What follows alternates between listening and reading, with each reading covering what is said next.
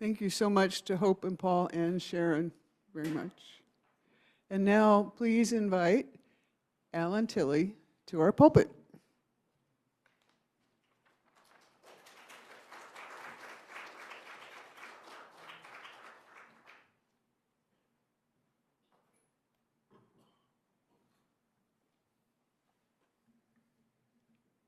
Well, the all ages portion addressed the independent web of life of which we're a part, and it's been tattered recently. It's going through a rough period. We're losing some species. Some 28% of all species on Earth are endangered, including lots of insects, including some insects that we depend on for pollination, but including things like African elephants. You know, whoever thought that we'd have a world that would be missing giraffes, or mountain gorillas, or tigers? You know, there are things that are just part of our mental furniture from the time we're kids that we're going to have to get along without, in the same way we get along without mammoths. And unless we can breed them again, who knows? But we're also having trouble just locally. I mean, not to mention the 50,000 people who died in Europe last year from excessive heat. Okay, I won't mention that.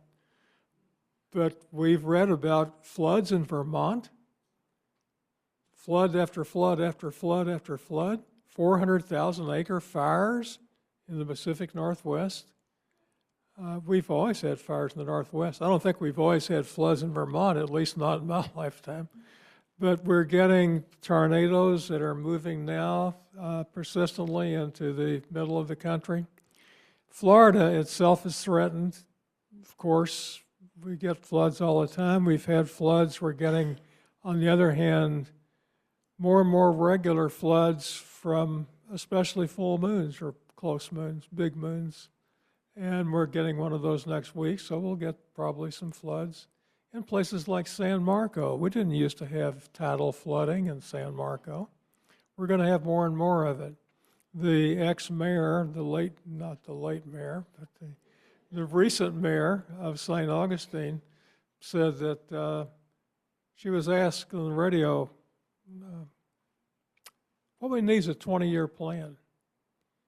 And she said, I don't think we have 20 years. She said, by 2030, we expect that a third of our streets are going to be underwater 50 days a year. So we're going to be relocating our coastal communities, and we're going to be doing it rather soon, and we need to start planning. We're being stressed, and so the web of life is being stretched. The good news is, I could go on with the bad news. I'm going to go on the good news now. The good news is that there's a counterforce. That is, we are organizing globally to deal with the climate. Boy, it would have been nice to have been able to say that 30, 40 years ago. And we weren't, but we are now. We are making a conversion to a renewable energy supply, clean energy supply. The United States is on track. Let me get the exact figure. The United States is on track to, I'm going to have to make it up.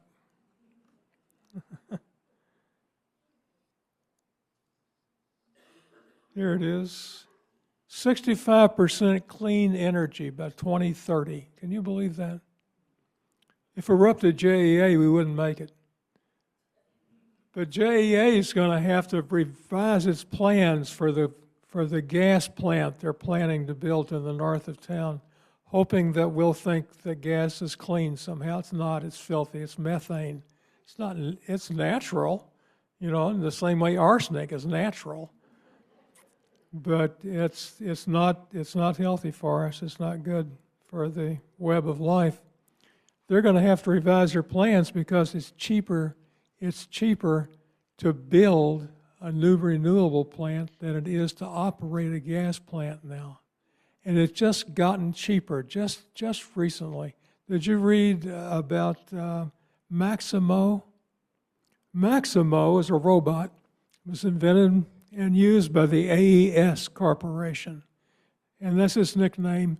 And what it specializes in is building solar farms. It doesn't care how hot it is. It can operate all night. It builds them twice as fast at half the cost of the conventional methods of building a solar farm. That's bad news for gas plants. Right now, Maximo is building the largest solar farm in the United States. It has a gigawatt of farms in mind. That is, we are going to have plenty of solar power, and because most of the cost now is in the installation. These panels have gotten so cheap that when you buy solar, you're paying mostly for the installation. Maximo is going to cut that in half already, and it's already cheap. So coal is more or less dead. We have closed 281 coal plants, or not built plants that we've planned to build in the United States alone. We got a couple hundred more to shut down. We need to shut one down to the north of town, but we're going to do that. JE is going to do that. We'll be off coal then. We're going off gas. Now we got oil. We still have gasoline that we burn in our cars, unless we have an electric car. Well, electric cars cost. Yeah, but this morning we got news that Caltech has developed a silicon battery that doesn't use cobalt. Why is that important? Cobalt's really messy, dirty, dangerous stuff to mine and process. It's also expensive.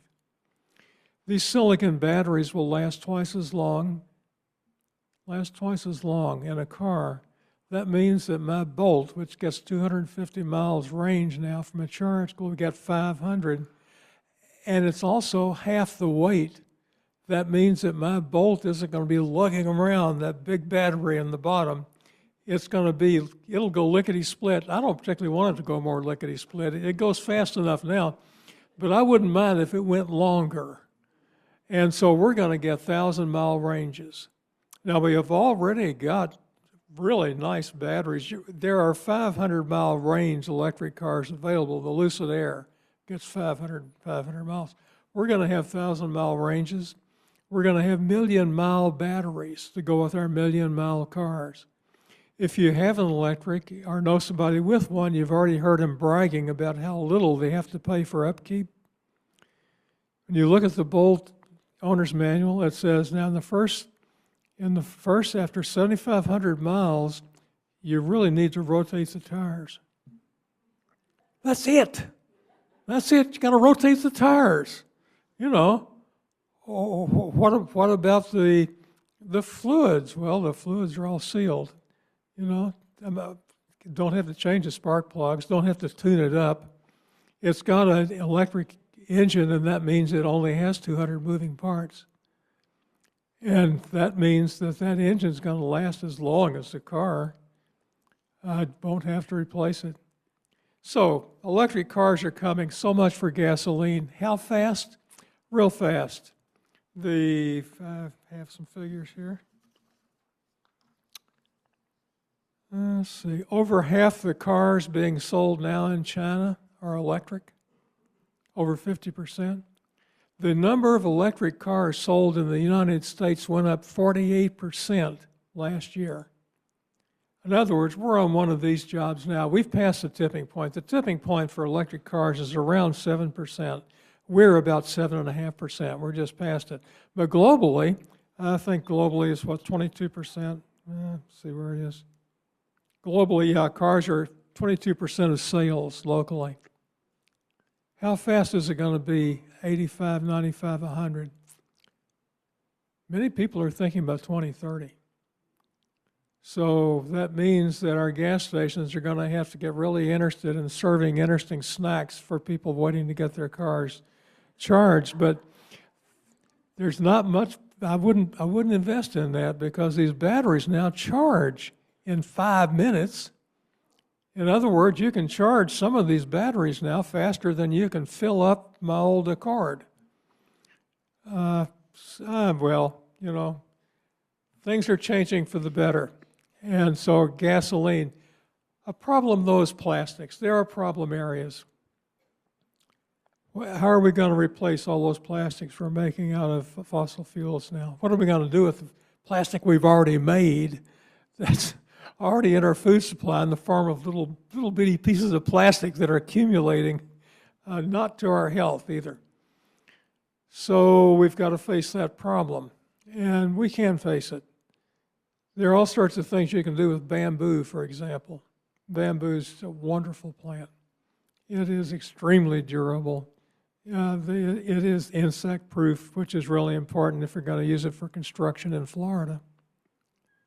So we're going to have to deal with plastics. We're going to, but it's a tough problem. Flying's a tough problem. Can we do without air travel? Well, we could do. Should we have to do? Don't have to do. We've got electric planes now that fly cheaply if you're going to be going 100 miles, 150 miles. And those are in operation in some areas. As the batteries get better, the electric planes are going to get better. Air travel is about 5 to 7% of global emissions. It's a hard problem, but it's one we're solving. Another 5 to 7% problem is ocean transportation. But you know how we used to get about on the oceans? We had sails. There are sails now that are circular, that you'll see container ships with these big circular columns sprouting out of the bow. That's a sail. And what it's doing is provide auxiliary power. And it'll provide 35% of the power necessary to drive that freighter. I imagine sail-driven ships with electric batteries that store some of the power, so if you get on a lee shore, you'll be able to keep from wrecking. And they won't go as fast, and they won't go as dependably. So what? It's going to be a little slower, but it's going to be cheap. The wind's free. And once you got a battery operating, then it generally will go for a very long time. Speaking of long-time batteries, do you know about the iron-air battery? They're being used in grids. So you've got a grid and it's running and you're making a lot of energy sometimes when you don't particularly need it, and need it when you're not making it. So you got to store some to run a grid well with renewables. An iron-air battery stores energy by rusting iron and then unrusting it. Did you know you could unrust iron? The iron-air batteries are pigs. They're big, they're heavy. So what? They're not nearly as big and heavy as a coal plant or a gas plant. So you've got a solar farm and you want to store energy. We're doing it now. These iron-air batteries are operational. So we're encountering problems and solving them. There are other big ones. Cement. We've got to replace cement with something that doesn't have some emissions. We're doing that. There are farms of cement now that do it. They're making, you've seen hempcrete, hemp being used to make concrete. Works, makes nice buildings. You can make buildings out of all sorts of things. Concrete, though, is a problem. Steel's a problem. We're solving it. We now have Swedish steel that's being made sustainably. But there's a big problem that can't be solved by Joe Biden's plans, which are solving so many of our problems. You know that Inflation Reduction Act? That's a climate act. And it has reduced inflation. You notice our inflation is down under 3% now? That's nice. I'm glad to see it. And that's partly due to the infrastructure building, to the 340 plants we have now under construction in 41 states because of the funding and the leverage. You see, you can use that public money to leverage private money. And we've got hundreds of billions of dollars now going into the economy. That's why we've got the strongest economy in the world, is because we're confronting climate. We're doing something about climate, therefore we prosper. That's not what we expected. We heard for years, you'll be dealing with climate and you'll be impoverished. No, you won't be. You'll be liberated and you'll be supported. But there's this one rough problem. What sort of regulations do you imagine we could devise that's going to force people to give up their hamburgers? What sort of subsidy can you imagine that's going to bribe people to give up Chick-fil-A? Our chicken entirely, our roast chicken, our fried chicken indeed, our cheese on their hamburgers. It can't be solved top down. All right, if it can be, I don't know how it's going to be. We've got something like a third of our emissions, a third of our greenhouse gas emissions are from the agriculture industry. And of those, about 15% are from meat alone, okay? A third of the Earth's habitable surface. You know, there's not much ground that we can use, really. We're 75% water, but a third of the habitable surface of the Earth is devoted to growing crops. And most of that is to feed animals. All those fields of soybeans and corn that you pass, if you've been driving in the Midwest, and the South for that matter, almost all of that's going to feed animals. We are cutting down the Amazon rainforest in order to provide room to grow beef to sell to McDonald's. We are giving up the Amazon to the beef industry. Something has to go.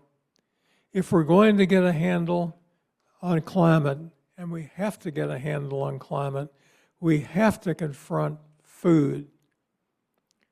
We have to confront it intelligently. What are we going to do? There's an answer.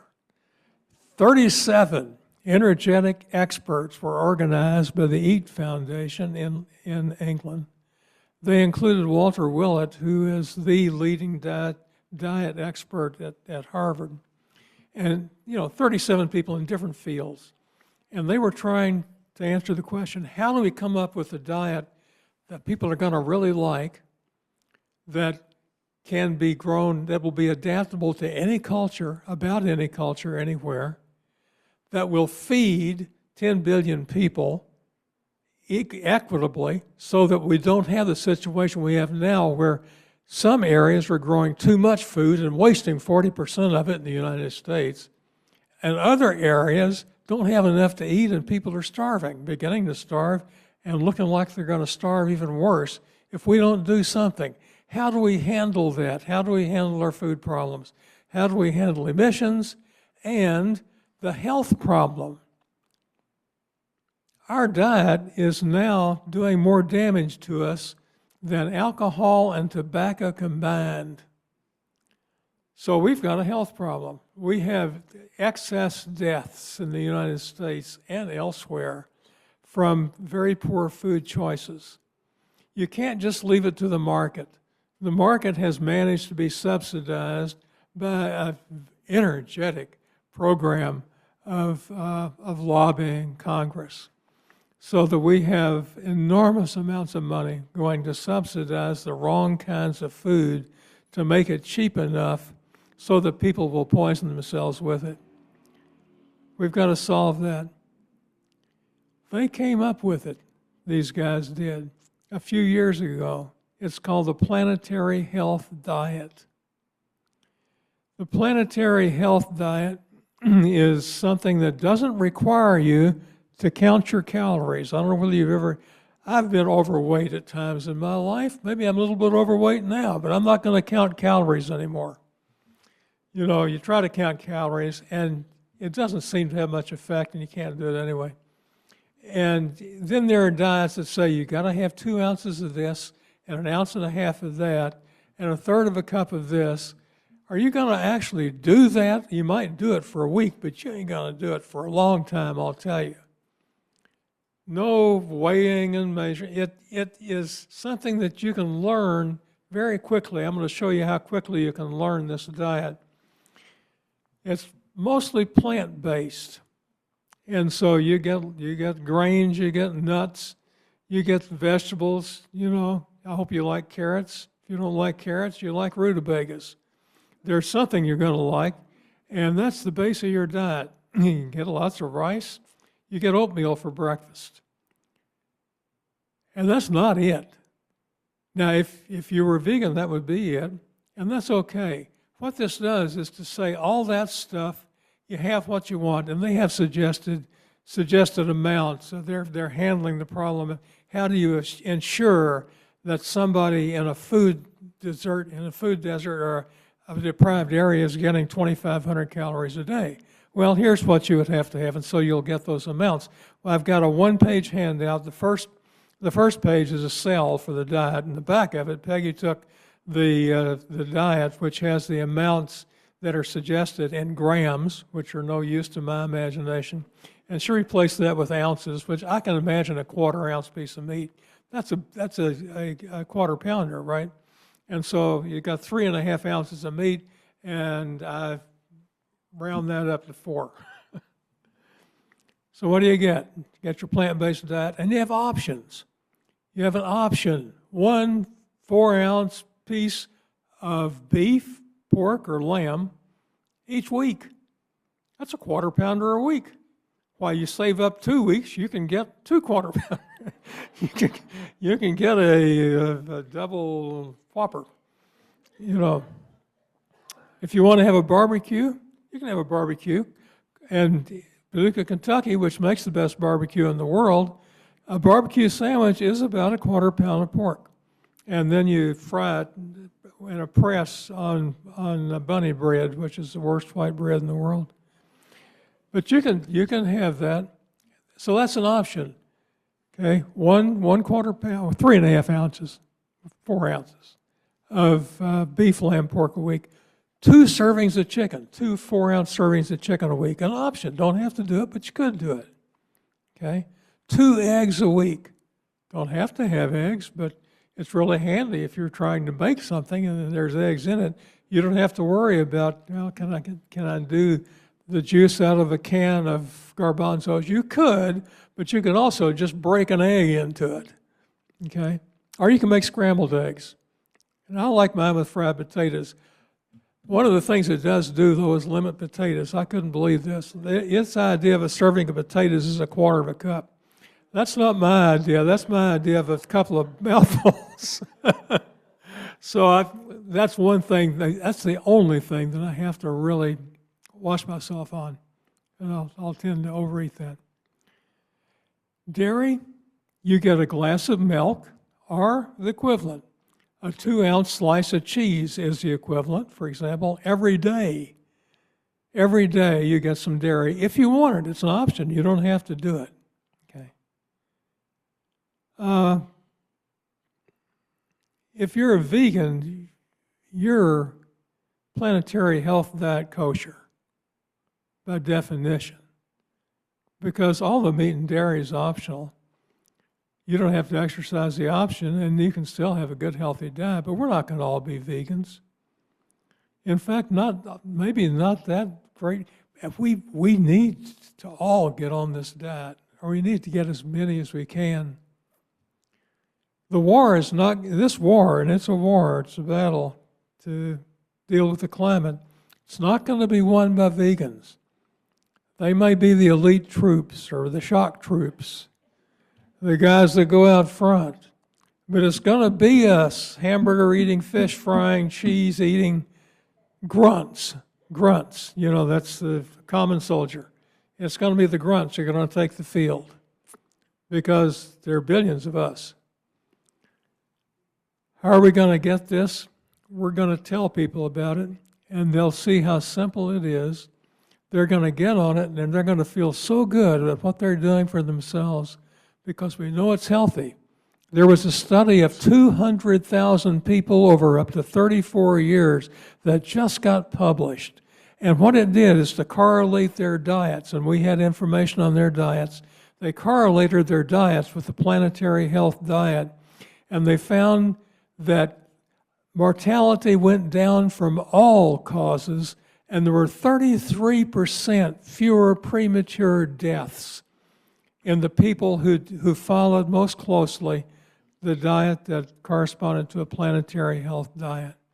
Mortality went down for all diseases, for heart disease, for neurological disorders, for cancer, for diabetes. So we know it's healthy. Does it actually cut emissions? Yes. A study just came out. You should ask.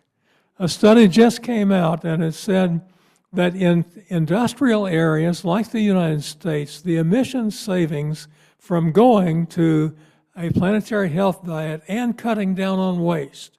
Now that does take some top-down stuff. That's making sure the schools are not throwing away a lot of food. You're distributing food, cut down waste, and do the planetary health diet, cuts emissions by 35%. If we can get the world on it, because a lot of places now, the places that are going hungry, the places where we're going to have to move food around, I think the average global expectation of emissions reduction is in the 20% range, 20%. Well, that'll do it. That's enough. That's all we need. The diet itself is so rewarding. It's even fun. It's fun, you know. No, it is fun. It's fun because it's something you don't have to learn a lot about. And it's something that you can go in any restaurant and choose a meal that's going to be on that diet. And you can to be doing something is rewarding. This is the most important thing you can think of to do for climate action. I've got a poster I posted out there from the Drawdown Project, and they compared the planetary health diet that is cutting down on meat and dairy, cutting down, not out, if you want to. And it's like this. Electric cars are like that. Solar panels on your roof is like that. Cutting down on air travel is like this. This is like that. It's hands down the most powerful thing you can do for the planet. Well, I'm on the National Sierra Club's team. It's the Climate Adaptation and Restoration team, and they're actually zooming in. We've got guys, if they actually woke up and did it, from Hawaii and Vermont and elsewhere in Florida and California. They're watching us now on the Zoom. This is the opening of a campaign to get the 8 million members of the Sierra Club and the rest of all of us. I want to get all the Unitarians too, to get us just learning about, acquainted with, and inviting them to try the planetary health diet. So I'm glad that we're starting with the Unitarians, because we're the guys who really care about the web of life, the interdependent web of life. How do you repair a tattered web? Get your PhD, Planetary Health Diet. Yeah.